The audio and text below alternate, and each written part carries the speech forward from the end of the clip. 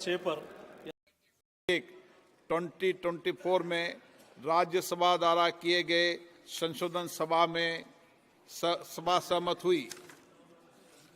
Item number 12 और 13 को एक साथ सभा में लिया जा रहा है।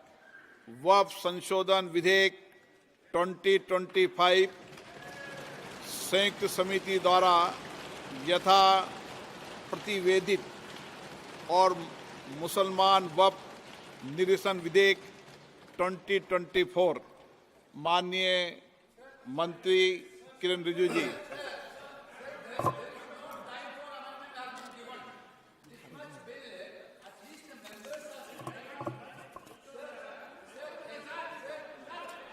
हाँ, बोलिए बोलिए बोलिए।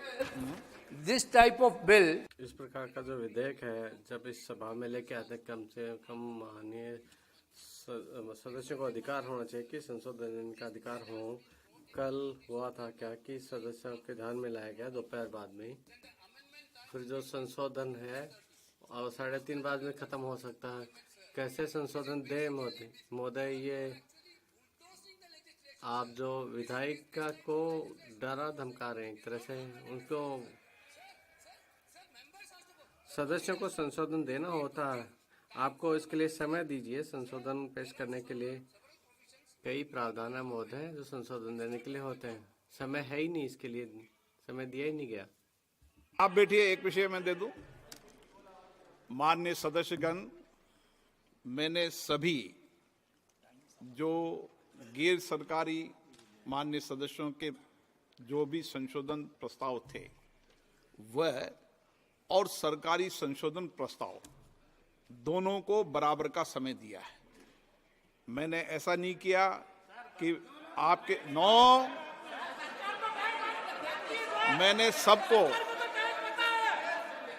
मैंने जितना भी समय गैर सरकारी संशोधन को दिया है उतना ही समय सरकारी संशोधनों को दिया है। मैंने दोनों में कोई अंतर नहीं किया गया है। मंत्री जी को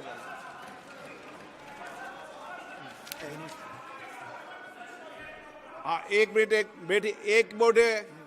एन के प्रेमचंद्र जी, आप बता दीजिए। सर, माय पॉइंट ऑफ महोदय, मेरे व्यवस्था का प्रश्न यह है, वो नियम 80 का है जो कार्य संचालन के अनुसार है, और नियम 376 है, और पोल और शक दर का प्रश्न 650 भी है। अब ये सभा वो एक विधेयक पर चर्चा कर रही है, वक्फ संशोधन अधिनियम 2025, जैसा कि संयुक्त समिति द्वारा यथा प्रस्तावित है। हम मूल विधेयक पर चर्चा नहीं कर रहे हैं, ये संयुक्त समिति द्वारा यथा प्रस्तावित पर चर्चा करते हैं। अध्यक्ष महोदय, सीधा मेरा प्रश्न है कि संयुक्त संसदीय समिति के पास ये अधिकार है कि वो नए प्रावधान इस विधेयक में जोड़ सकते।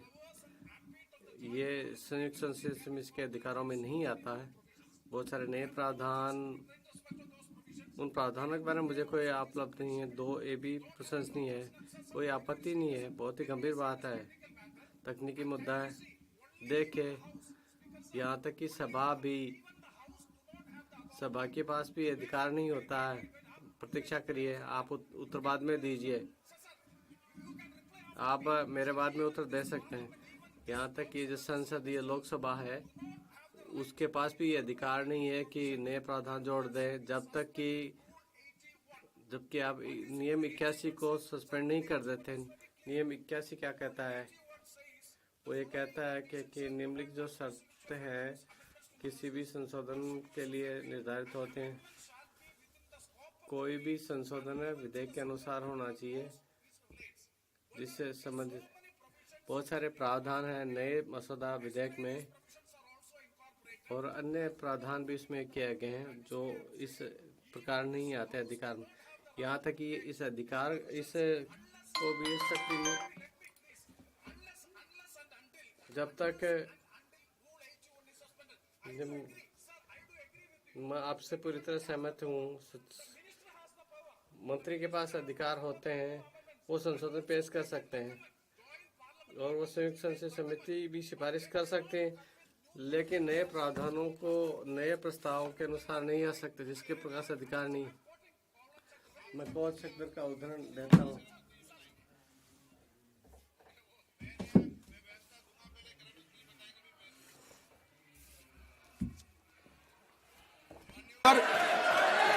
मानिए इनको पढ़ लें दो पूरा, 1 मिनट इनको पढ़ लें दो। हाँ पढ़ लो, आप पूरा पढ़ लो। सर हाँ। सर कौलन सेक्टर पेज 615 जो पृष्ठ है विधेयक, इसमें नियम से संबंधित हैं और उनके अनुसार जो विधेयक से संबंधित नहीं है। समिति के जो संशोधन के लिए जो मूल अधिकार हैं, वो जब भी अनुमति दी जाती है, उदाहरण समाप्त हुआ।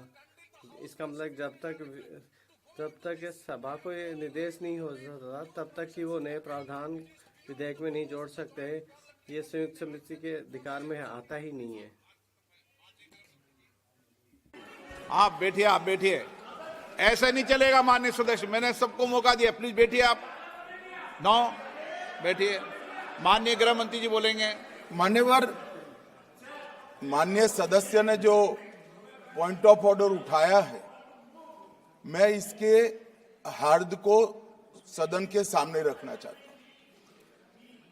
भारत सरकार की कैबिनेट ने इस बारे में एक बिल अप्रूव कर सदन के सामने रखा।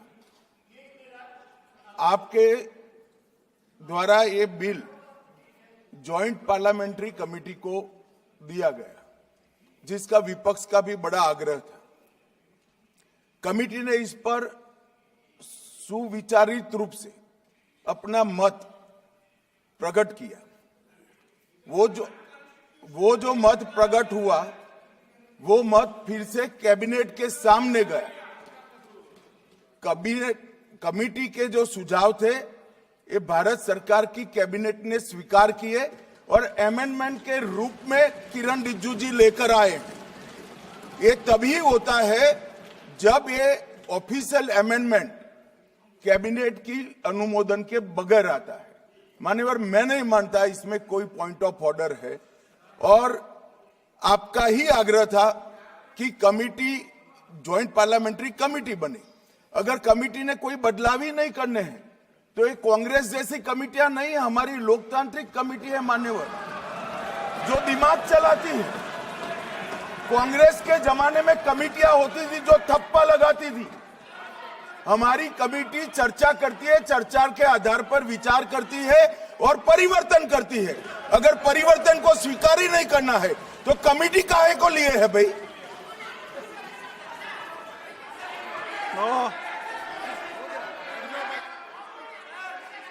आप जब विधेयक पर चर्चा हो तो सबको मौका दूंगा। अभी 0 ओवर पर माननीय मैं इस पर अपनी व्यवस्था देता हूं।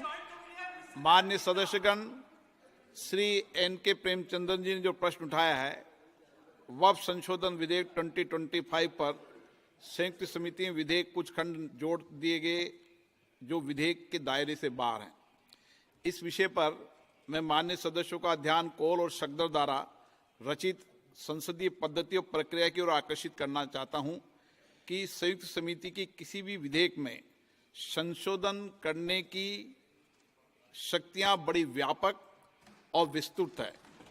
समिति किसी भी विधेयक में पूर्ण रूप से संशोधन कर सकती है या उसको पूर्णतः नया प्रारूप तैयार कर सकती है तथा विधेयक के सिद्धांत में परिवर्तन किए बिना उसका पूरा नाम और संक्षिप्त नाम भी बदल सकती है।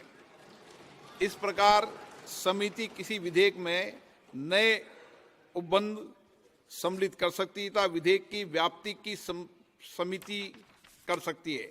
विगत में कई संयुक्त समितियों ने विधेयकों में ऐसे संशोधन किए हैं। श्री किरण रिजिजू जी।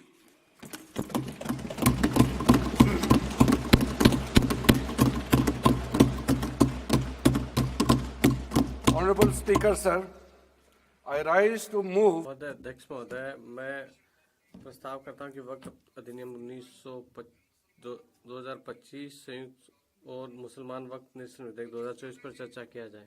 आपने जो रूलिंग दिया है, जेपीसी के बारे में जिक्र किया है, उसी के साथ साथ जुड़ते हुए एक मिनट किरण जी, एक मिनट श्री सौगत राय जी संशोधन संख्या 108 को प्रस्तुत करें। आप बोल रहे थे ना? हाँ, अंडर रूल्स महोदय, नियम 77(2) के अंतर्गत जो प्रक्रिया नियम को है, मैं प्रस्ताव करता हूं कि वक्फ संशोधन विधेयक 2025 उसको दोबारा से प्रतिवेदित किया जाए और उस पर दोबारा चर्चा कराई जाए। पर अपना वक्तव्य दें।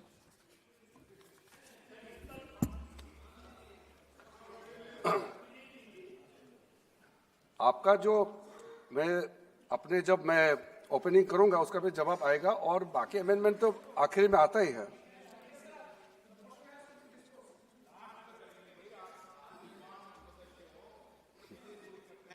चलिए माननीय मंत्री जी। माननीय अध्यक्ष महोदय, हम सबको बहुत डिटेल में जाने का भी आवश्यकता नहीं है। कमेटी के बारे में उसका जिक्र काफी हो चुके हैं, लेकिन मैं इतना कहना चाहता हूं कि जो कमेटी इस बार दोनों सदन लोकसभा राज्यसभा मिला करके ज्वाइंट कमेटी में वक्फ अमेंडमेंट बिल पे जो चर्चा हुई है, आज तक भारत के संसदीय इतिहास में इतना व्यापक रूप से चर्चा, कंसल्टेशन और समय कभी नहीं दिया है। इसलिए मैं जो ज्वाइंट कमेटी में जितने मेंबर्स दोनों सदनों के, लोकसभा और राज्यसभा में जो सदस्य उस कमेटी में थे, मेरे तरफ से सरकार की ओर से मैं धन्यवाद देता हूं, अभिनंदन करना चाहता हूं। अध्यक्ष महोदय जी, कुल मिलाकर के 97,27,772 याचिकाएं ऑनलाइन, फिजिकल, मेमोरेंडम के रूप में, रिक्वेस्ट के रूप में और सुझाव के रूप में पूरे तरह से सरकार ने देखा है। वो जेपीसी के माध्यम से हो या डायरेक्ट दिया हो, हमने सब उसको देखा है।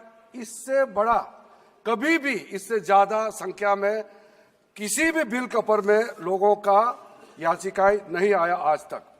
कुल मिलाकर के 284 डेलीगेशन ने अलग अलग समुदाय के जो स्टेक होल्डर्स है, उन्होंने कमेटी के सामने में अपने बात को रखा है, सुझाव भी दिया है। 25 स्टेट गवर्नमेंट और यूनियन टेरिटरीज का वक्फ बोर्ड्स ने अपना सबमिशन भी पेश किया गया है। इसके अतिरिक्त कई लीगल लुमिनरीज, विद्वान लोग हैं हमारे समाज में, कम्युनिटी लीडर्स हैं, अलग अलग धार्मिक संस्थाओं का प्रतिनिधि, charitable organization, civil society, academicians, researchers, policy makers, सब ने इस कमेटी के सामने में पेशकश किया है। उसके साथ साथ मैं कहना चाहता हूं सर, आज जब मैं जो बात रखूंगा आपके सामने में, पिछली बार जब हमने ये प्रस्तुत किए थे बिल को इस सदन में, तब भी मैंने कई बातें बताई थी। आज मैं उसको नहीं दोहराते हुए कुछ बातें मैं जोड़ूंगा, और मुझे अपना बात रखने के बाद सिर्फ उम्मीद ही नहीं, पूरा यकीन है कि जो लोग इस बिल को विरोध कर रहे थे, वो हृदय में भी बदलाव होगा। पॉजिटिव सोच के साथ इस बिल में सब समर्थन करेंगे, ये मैं विश्वास के साथ आप आगे अपना बात रखना चाहता हूं।